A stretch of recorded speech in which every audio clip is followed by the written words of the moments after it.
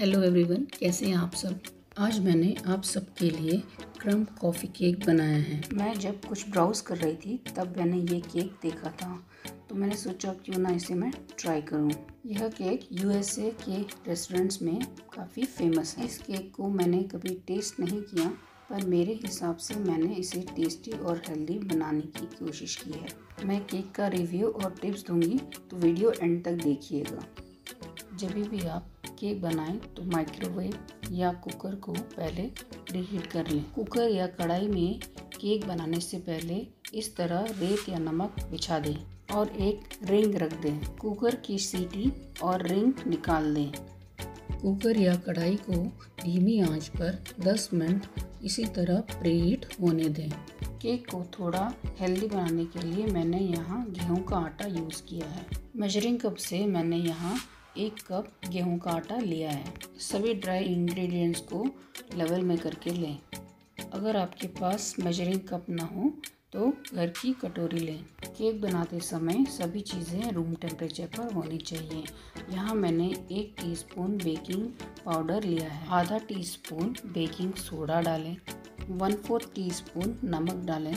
सभी चीज़ों को छान लें। छानने से इसमें एयर फॉर्म होती है और हमारा केक लाइट बनता है।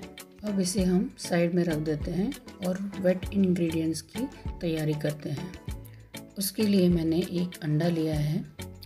अगर आप अंडा नहीं खाते तो इसको स्किप कर दें। विस्कर की मदद से हम अंडे को फेंटेंगे जब तक ये हल्का लाइट इन कलर ना हो जाए। अब इसमें 1/4 कप बिना मलाई वाला हंकड़ डालें।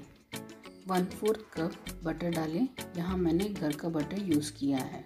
अब इन तीनों चीज़ों को विस्क की मदद से अच्छे से फेंटें। कुछ देर फेंटने के बाद यह थोड़ा सा लाइट और फ्लफ़ी हो जाएगा। 3/4 कप चीनी डालें।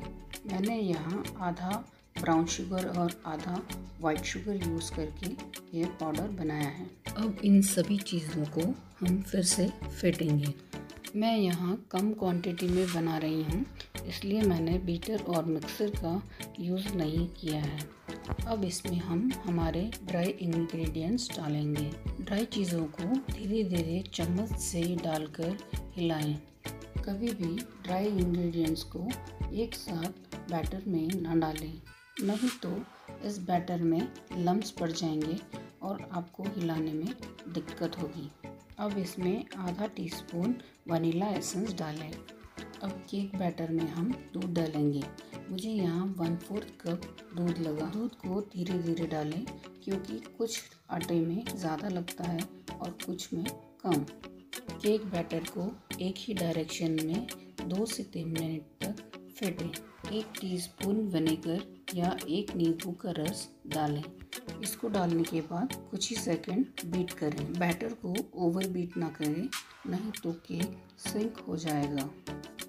इस केक का बैटर दूसरे केक के बैटर के हिसाब से गाढ़ा होता है। इस केक की फिलिंग सिंपल और कुछ अलग है, तो चलो बनाते हैं इसकी फिलिंग। इसके लिए मैंने आधा कप ब्राउन शुगर ली है। इस फिलिंग के लिए आप ब्राउन शुगर ही लें।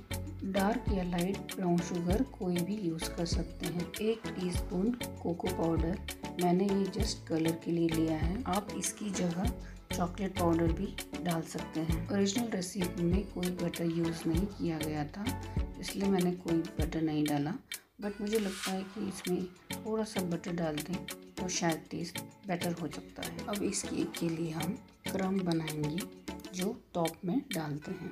इसके लिए आधा कप ब्राउन शुगर डालें। ब्राउन शुगर डालने से टेस्ट काफ़ी अच्छा आता है। 5 से 6 टीस्पून गेहूं का आटा डालें।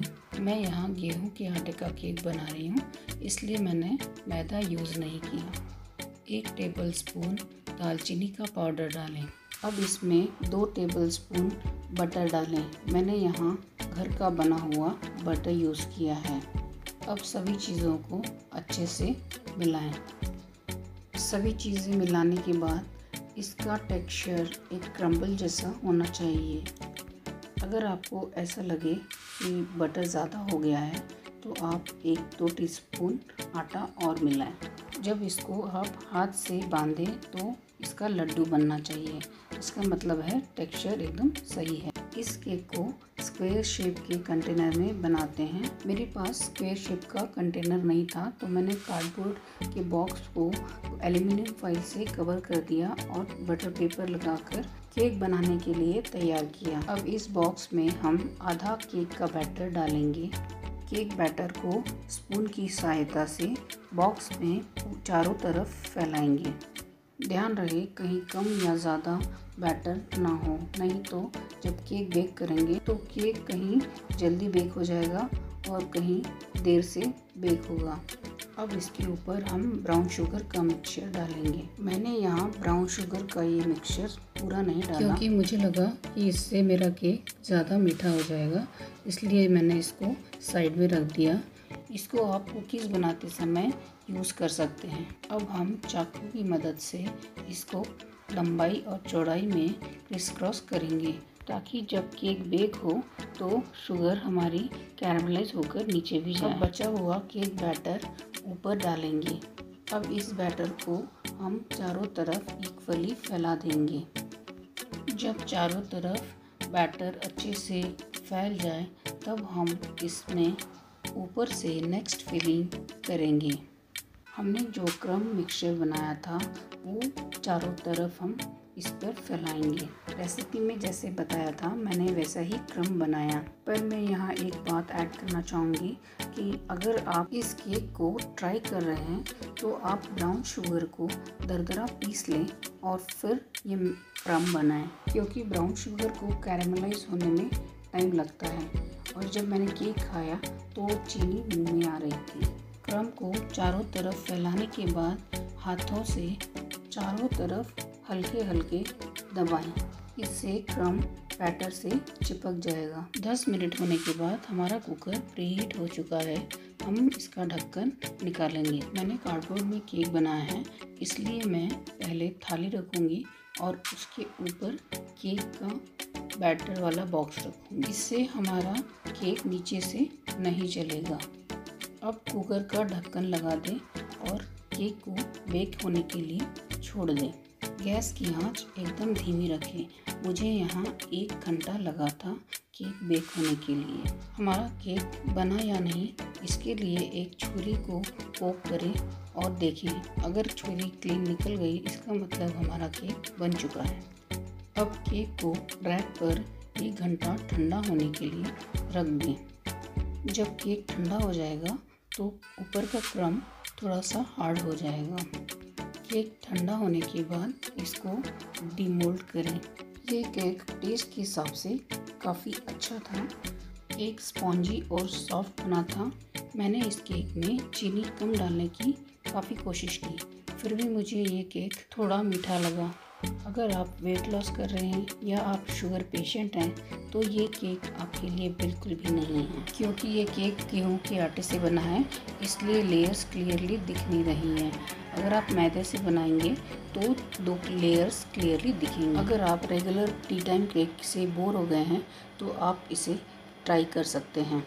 अगर आपको रेसिपी पसंद आई हो तो सब्सक्राइब कीजिए, लाइक कीजिए और फैमिली और फ्रेंड्स के साथ शेयर कीजिए।